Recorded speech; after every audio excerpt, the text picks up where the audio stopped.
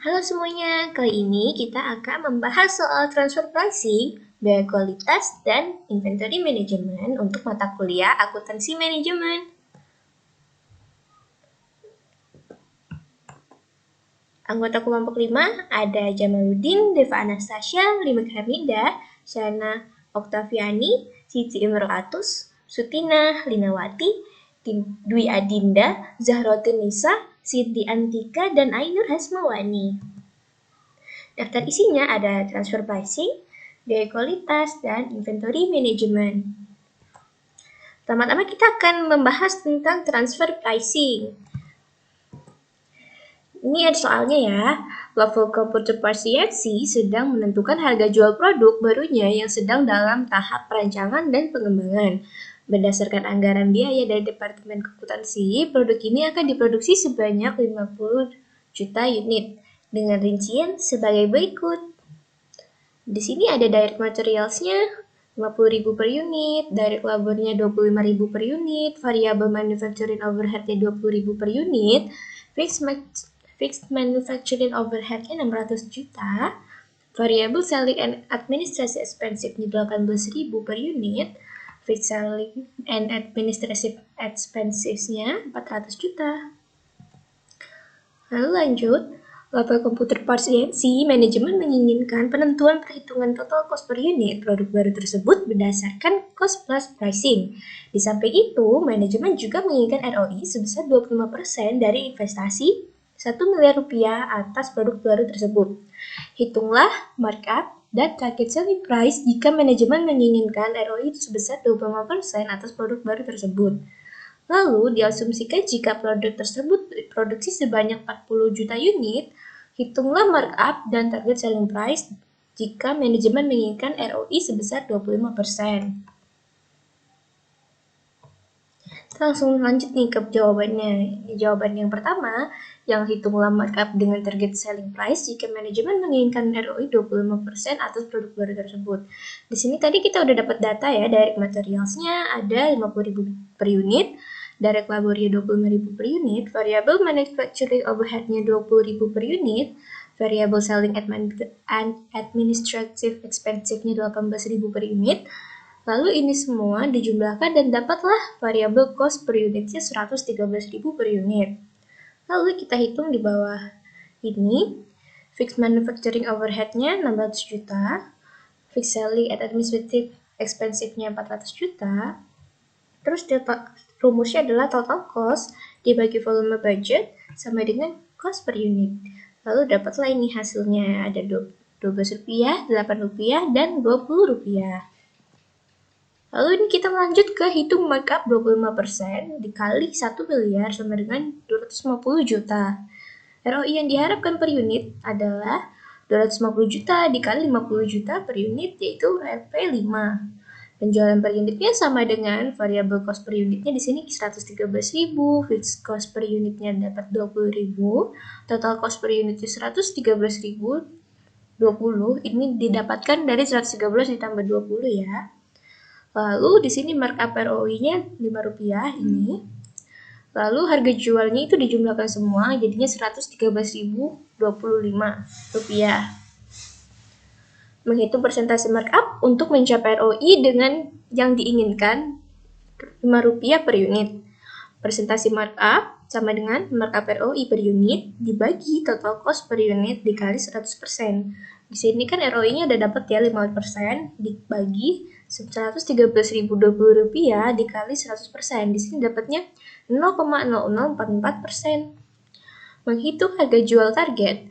Target harga jual per unit sama dengan total cost per unit tambah total cost per unit kali persentase markup. Di sini kita sudah dapat 113.020 rupiah ditambah 113.020 rupiah dikali 0,0044%. Dapatlah hasilnya 113.025 rupiah. Diasumsikan jika produk tersebut diproduksi sebanyak 40 juta unit, hitunglah markup dan target selling price jika manajemen menginginkan ROI 25%. Nah, ini sama yang tadi, sampai step sini sama, step sini juga. Nah, di sini berbedanya di sini. Di sini kan tadi 50 juta yang pertama, yang di sini karena volume budget yang diinginkan 40 juta unit, ini maka dibagi 40 juta dapatnya Rp15, Rp10, sama Rp25. Lalu dihitung ROI yang diinginkan 25% dikali 1 miliar dibagi 40 juta unit sama dengan 6,25. Perhitungannya masih sama dengan yang tadi, 113 ditambah 25, terus nanti ditambah lagi dengan 6,25, hasilnya 113, Rp31,25. Pada 40 juta unit, berapa banyak yang akan wafer computer parts CNC markup? Biaya total unitnya untuk mendapatkan ROI yang diinginkan Rp 6,25 per unit. Nah, di sini kita pakai presentasinya. 0,0055% sama dengan 6,25 yaitu ROI yang diinginkan dibagi dengan 113.000,25 yaitu total cost per unit. Nah, lanjut nih, kita sekarang ke biaya kualitas. Halimah yang menjadi Presiden Direktur PT Bintang Putra baru saja kembali dari seminar tentang mutu dan produktivitas. Di seminar tersebut, beliau memberitahu bahwa banyak perusahaan di Amerika yang menghabiskan total biaya mutu 20% sampai 30% dari penjualan. Namun, beliau memandang tidak yakin akan data tersebut. Sekalipun apa yang dikatakan para ahli mutu tersebut benar, dia yakin bahwa biaya mutu perusahaannya jauh lebih rendah mungkin di bawah 5%. Di lain pihak, apabila dia keliru, dia akan kehilangan kesempatan untuk meningkatkan laba secara signifikan dan secara simultan memperkuat posisi bersaingnya. Hal yang mungkin dilakukan ketika itu adalah melakukan penelitian dan dia tahu bahwa perusahaannya menyediakan banyak sekali informasi yang dibutuhkan untuk pelaporan biaya mutu. Tetapi sebelumnya belum pernah ada kebutuhan untuk melakukan pengumpulan dan analisis data secara formal. Akan tetapi, seminar tersebut telah memberinya keyakinan bahwa profitabilitas perusahaan dapat meningkat secara signifikan melalui perbaikan mutu, menyediakan potensinya untuk terus berkembang. Karena itu, sebelum melibatkan perusahaan dengan program peningkatan mutu, Halimah meminta estimasi pendahuluan atas total biaya mutu yang dikeluarkan baru-baru ini. Dia juga meminta agar biaya diklasifikasikan menjadi 4 kategori, yaitu biaya pencegahan, biaya penilaian, biaya produk gagal internal, biaya produk gagal eksternal. Halimah meminta tolong pada saudara untuk menyiapkan ikhtisar biaya mutu dan membandingkan dengan total biaya terhadap penjualan dan laba. Untuk memudahkan saudara, informasi berikut merupakan data tahun lalu yang telah dipersiapkan. Jadi ini ada informasinya yaitu pada poin A, pendapatan penjualan 100 miliar rupiah, laba bersihnya 10 miliar. Untuk poin B, selama tahun berjalan, pelanggan mengembalikan 30.000 unit yang memerlukan reparasi. Biaya reparasi rata-ratanya 70.000 per unit. Lalu poin C, 6 orang pemeriksa dipekerjakan. Masing-masing menerima gaji per tahun 250 juta rupiah. Karena pemeriksa tersebut hanya terlibat dalam kegiatan pemeriksaan akhir atau penilaian produk. Lalu D, total sisa bahan baku adalah 30.000 unit yang semuanya berhubungan dengan mutu. Biaya sisa bahan baku kira-kira 150.000 per unitnya. Poin E, setiap tahun kira-kira 150.000 unit ditolak dalam pemeriksaan akhir. Dari jumlah itu, 80% dapat diperbaiki melalui pekerjaan ulang. Biaya pekerjaan ulangnya Rp30.000 per unit. Poin F, seseorang pelanggan membatalkan pesanan yang dapat meningkatkan laba 2,5 miliar rupiah. Alasan pembatalannya adalah kinerja produk yang jelek. Departemen Akuntansi dan Pemasaran mengakui bahwa perusahaan mengalami kerugian dalam jumlah yang sama untuk alasan serupa setiap tahunnya. Poin G, perusahaan mempekerjakan 5 tenaga kerja tetap untuk Departemen Keluhan Pelanggan, masing-masing menerima gaji 200 juta rupiah per tahunnya.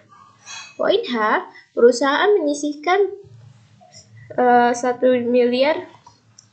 1.300 juta untuk diskon karena mutu produk yang sedang dikirim ke pelanggan di bawah standar. Poin I, perusahaan mengharuskan seluruh karyawan mengikuti program pelatihan mutu selama 3 jam. Estimasi biaya tahunan dari program tersebut sebesar 800 juta rupiah. Poin J, pemeriksaan produk akhir membutuhkan peralatan pengujian. Biaya operasi dan pemeliharaan tahunan atas peralatan pengujian ini sebesar 1.200.000.000 rupiah. Lalu di sini diminta buatlah laporan biaya mutu yang mengklasifikasi biaya menurut kategori. Berilah komentar terhadap rasio biaya mutu terhadap penjualan. Nomor 2-nya, diskusikan distribusi biaya mutu di antara keempat kategori. Apakah biaya-biaya tersebut didistribusikan dengan benar? Jelaskan. Nomor 3, bahaslah bagaimana perusahaan mampu memperbaiki mutunya secara menyeluruh dan pada saat yang sama mengurangi total biaya mutu. Pertimbangkanlah strategi yang dianjurkan oleh American Society for Quality Control, yaitu menekan biaya produk gagal hingga mencapai 0. Nomor 4, anggaplah PT Bintang Putra ini memutuskan program 6 tahun akan mengurangi biaya mutu hingga menjadi 2,5% dari penjualan dan biaya pengendalian akan menjadi 80% dari total biaya mutu. Hitunglah kenaikan laba yang diperoleh apabila penjualan tetap 100 miliar rupiah dan hitung juga jumlah total yang dikeluarkan untuk biaya baik produk gagal dan pengendalian. Nomor 5, bagi PT Bintang Putra, biaya mutu yang tersembunyi diestimasikan dengan menggunakan jangka penggantian 3. Berapakah biaya produk gagal eksternal aktual? Metode apakah tersedia untuk mengestimasi biaya mutu yang tersembunyi? Pengaruh apakah yang memiliki estimasi ini terhadap strategi perbaikan mutu? Lalu kita langsung saja ke soal nomor 1. Di sini kan pendapatan penjualannya tetap 100 miliar rupiah, laba bersihnya tetap 10 miliar. Langsung saja kita buat laporan biaya mutunya. Di sini biaya pencegahannya ada pelatihan mutu 800.000, pemeriksaan proses dan alat pengujian 1.200.000, lalu dijumlahkan menjadi 2 juta, dan itu adalah 2% dari penjualan. Lalu biaya penilaiannya ada pemeriksaan akhir sebesar 1.500.000, yaitu jadinya 1,50% dari total penjualan. Biaya produk gagal internalnya, sisa bahannya ada 4.500.000, pengerjaan ulangnya ada 3.600.000, yang dijumlahkan akan menjadi 8.100.000, yaitu 8,10%. Biaya produk gagal eksternalnya, keluhan pelanggannya 1 juta, perbaikan atau reparasinya 2.100.000, diskonnya 1.300.000, produk dikembalikannya 2.500.000, lalu akan dijumlahkan menjadi 6.900.000, yaitu sebesar 6,90% dari penjualan. Lalu ini semuanya dijumlahkan menjadi 18.500.000, yaitu sama dengan 19% dari penjualan. Penjualan aktualnya 100 miliar rupiah dikurangi dengan 18.500 juta rupiah dibagi dengan 100 miliar rupiah, yaitu dapatnya 18,50. Berdasarkan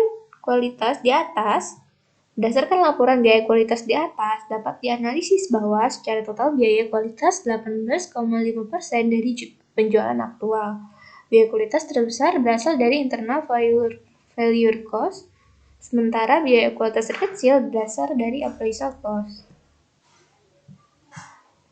Lalu jawaban soal nomor 2. Soal nomor 2 itu apa sih? Diskusikan distribusi biaya mutu di antara keempat kategori. Apakah biaya-biaya tersebut didiskusikan dengan benar? Jelaskan. Jawabannya kurang. Seharusnya mutu bisa lebih ditingkatkan untuk menekan biaya mutu. Di sini sebagian besar biaya mutu berasal dari internal failure cost, berasal dari kesalahan produk atau jasa yang tidak sesuai spesifikasi. Harusnya bisa lebih ditingkatkan lagi agar bisa menekan biayanya. Lalu jawaban soal nomor 3. Di sini bahaslah bagaimana perusahaan mampu memperbaiki mutunya secara menyeluruh dan pada saat yang sama mengurangi total biaya mutu. Pertimbangkanlah strategi yang dianjurkan oleh American Society for Quality Control, yaitu menekan biaya produk gagal hingga mencapai 0. Jawabannya, menurut ASQC, menekan biaya produk gagal hingga 0, bahan baku yang berlebihan itu bakal memakan banyak biaya untuk penyimpanan. Meminimalkan kerugian akibat customer tidak jadi membeli karena kinerja produk jelek bisa dengan meningkatkan biaya pelatihan agar karyawan bisa lebih memaksimalkan lagi dalam membuat produk. Dengan maksimalnya karyawan, maka makin minim produk cacat karena karyawan juga bisa mempengaruhi waste yang lain. Dengan begitu, mutu perusahaan bergantung pada besar kecilnya dari 7 waste yang digunakan untuk menekan biaya produk cacat, yaitu pertama, transportasi barang. Baik itu bahan mentah, produk setengah jadi, ataupun produk baik yang dilakukan di dalam area pabrik ataupun dari penyalur merupakan pemborosan. Setiap pergerakan menambah resiko barang itu rusak, hilang, atau terlambat dikirim. Selain itu, transportasi tidak mengubah bentuk benda dan tidak menambah nilai barang, sehingga pelanggan tidak mau membayar biaya transportasi ini. Di dalam konsep lean manufacture, segala jenis transportasi ini harus diminimasi melalui tata letak yang sebaik mungkin. Lalu inventory adalah suatu pemborosan terbesar, karena inventory memakan modal menjadi usang dan mengkonsumsi ruang dan tenaga kerja, sementara hanya duduk. Inventory juga bisa menyembunyikan masalah-masalah lainnya. Hampir setiap ketidaksempurnaan dalam sebuah sistem atau masalah menciptakan suatu kebutuhan untuk meningkatkan inventory. Lalu gerakan yang tidak perlu juga dikategorikan sebagai pemborosan, baik itu pergerakan pekerja untuk melakukan sesuatu yang tidak perlu ataupun pergerakan material yang tidak perlu. Lalu menunggu. Pada saat sebuah barang tidak bergerak atau tidak diproses, barang tersebut berstatus menunggu. Menunggu bisa disebabkan oleh banyak hal, menunggu karena inventory terlalu banyak, menunggu karena mesin atau perusahaan rusak, menunggu untuk dikirim, menunggu karena sistem pengerjaan, borongan, dan yang lain-lain. Lalu proses yang berlebihan. Bisa terjadi bila proses pengerjaan sebuah produk melebihi apa yang diinginkan oleh pelanggan, termasuk di dalamnya penggunaan peralatan yang lebih dipresisi atau lebih canggih dari yang dibutuhkan. Lalu produksi yang berlebihan bisa diartikan bahwa sebuah produk dibuat dalam jumlah yang melebihi apa yang dibutuhkan pelanggan. Dapat juga diartikan sebuah produk dibuat terlalu cepat dibandingkan dengan tanggal yang diinginkan pelanggan. Hal ini sering terjadi pada saat proses produksi menggunakan sistem borongan dengan jumlah besar. Produksi yang berlebihan membawa pemborosan-pemborosan yang lain seperti inventory yang berlebihan yang akhirnya membutuhkan sumber daya untuk penyimpanan, transportasi untuk menyimpan produk yang belum dikirim ke pelanggan. Barang rusak adalah pemborosan yang paling mudah dikenali. Barang rusak dimanapun terjadinya pelanggan tidak mau membayarnya sehingga menimbulkan biaya lebih untuk melakukan perbaikan atau memproduksi ulang dan lain-lain. Walaupun ada beberapa barang yang rusak yang bisa diperbaiki, namun proses perbaikan itu sendiri membutuhkan sumber daya yang seharusnya tidak perlu ada. Lalu ini adalah jawaban dari nomor 4. Mari kita kembali dulu soalnya. Anggaplah PT Bentang Putra ini memutuskan program 6 tahun akan mengurangi biaya mutu sehingga menjadi 2,5% dari penjualan dan biaya pengendalian akan menjadi 80% dari total biaya mutu. Hitunglah kenaikan laba yang diperoleh apabila penjualan tetap 100 miliar dan hitung juga jumlah total yang dikeluarkan untuk biaya produk gagal dan pengendalian. Di sini untuk jawaban nomor 4-nya total biaya mutunya 18.500 juta. Persentase dari penjualnya 18,5%. Memutus hubungan 6 tahun mengurangi daya mutu 2,5%. Persentase dari penjualan menjadi 16,50%. Total biaya mutunya menjadi 16 miliar 500 juta. Apabila biaya mutu menurun menjadi 2,5% dari penjualan, maka dimungkinkan adanya penambahan laba sebesar 14 miliar, yaitu 16 miliar 500 juta dikurangi dengan 2,5 miliar. Menghitung jumlah produk gagal. Di sini biaya produk gagal internal, yaitu terdiri dari sisa bahan dan pengerjaan ulang. Sisa bahannya 4,5 miliar dan 3,6 miliar untuk pengerjaan ulangnya yang dijumlahkan menjadi 8,1 miliar. Lalu biaya produk gagal eksternalnya di sini ada keluhan pelanggannya 1 miliar, perbaikan atau reparasinya 2,1 miliar, diskonnya 1,3 miliar, produk dikembalikan 2,5 miliar, yang dijumlahkan akan menjadi 6,9 miliar. Lalu total biaya produk gagalnya jika dijumlahkan menjadi 15 miliar. Lalu ini jawaban nomor 5. Berapakah biaya produk gagal eksternal aktual? Jawabannya biaya gagal eksternal aktual PT Bintang Putra yaitu biaya reparasi tiap tahun berjalan itu 30.000 unit dikali 70.000 sama dengan 2,1 miliar ditambah keluhan pelanggan batal pesan tiap tahun yaitu 2,5 miliar. Hasilnya total biaya gagal eksternalnya tiap tahun adalah 4,6 miliar. Metode apakah yang tersedia untuk mengestimasikan biaya yang tersembunyi? Jawabannya adalah metode estimasi biaya mutu tersembunyi metode pengganda, metode penelitian pasar, dan metode fungsi rugi mutu Taguchi. Pengaruh apakah yang memiliki estimasi ini terhadap strategi perbaikan mutu, yaitu metode pengganda mengasumsikan bahwa total biaya produk gagal adalah beberapa kali lipat dari biaya produk gagal terukur. Lalu, metode penelitian pasar, yaitu metode penelitian pasar formal digunakan untuk menilai pengaruh mutu yang jelek terhadap penjualan dan pangsa pasar. Survei pelanggan dan wawancara dengan armada penjualan dapat memberikan pemahaman yang lebih baik terhadap pola biaya mutu tersembunyi untuk memperkirakan hilangnya laba di masa depan akibat mutu jelek. Yaitu, lalu penjelasan tentang fungsi rugi mutu Taguchi. Definisi tanpa cacat tradisional mengasumsikan bahwa biaya mutu tersembunyi hanya terjadi atas unit yang menyimpang jauh dari batas spesifikasi atas dan bawah. Mengasumsikan bahwa mutu akan menimbulkan biaya mutu yang tersembunyi meningkat secara kuadrat pada saat nilai aktual menyimpang dari nilai target.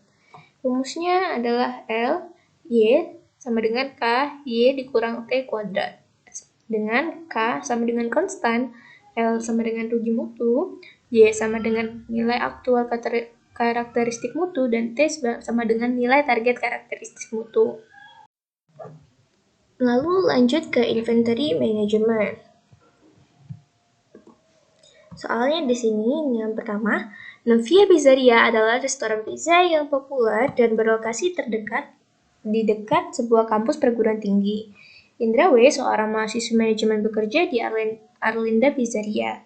Setelah beberapa bulan bekerja di restoran tersebut, Indra mulai menganalisis efisiensi bisnis, terutama praktek persediaannya. Ia memperhatikan bahwa pemilik restoran memiliki lebih dari 50 item barang yang biasanya disimpan dalam persediaan.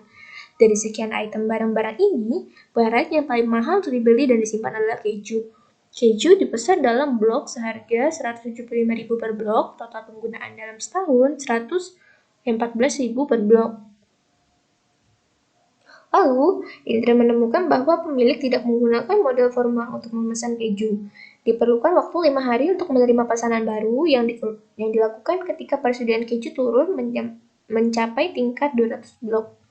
Ukuran pesanan biasanya 400 blok. Biaya penyimpanan satu blok adalah 10% dari harga beli. Biaya untuk melakukan dan menerima pesanan adalah Rp400.000. Novia Pizzeria buka 7 hari dalam sepekan dan beroperasi 50 pekan per tahun. Restoran tersebut tutup hanya pada sepekan setelah Hari Raya Idul Fitri dan sepekan setelah Hari Raya Idul Adha. Diminta, nomor 1, hitunglah total biaya pemesanan dan penyimpanan persediaan keju menurut kebijakan saat ini. Nomor 2, hitunglah total biaya pemesanan dan penyimpanan keju jika restoran beralih ke sistem AOK. Seberapa banyak biaya yang dapat dihemat dengan perubahan kebijakan tersebut? Nomor 3, jika restoran menggunakan sistem AOK, kapan pesanan harus dilakukan? Asumsikan jumlah keju yang digunakan per hari sama dengan sepanjang tahun. Bagaimanakah hal ini bila dibandingkan dengan kebijakan pemesanan kembali saat ini? Nomor 4, misalkan ruang penyimpanan mampu memuat 600 blok keju, bahaslah kebijakan persediaan yang harus diikuti dengan adanya pembatasan ini. Keju tersebut dapat disimpan paling lama 10 hari dan pemilik tidak akan menyimpan keju terlalu lama untuk menjaga mutu dan aroma. Menurut kondisi ini, evaluasilah kebijakan persediaan pemilik saat ini. Langsung saja ke jawaban soal nomor 1. Hitunglah total biaya pemesanan dan penyimpanan persediaan keju menurut kebijakan saat ini. Biaya pemesanannya sama dengan jumlah pesanan dikali biaya pesan per order dibagi order, sama dengan 14.000 dibagi 400 dikali 400.000 sama dengan 14 juta.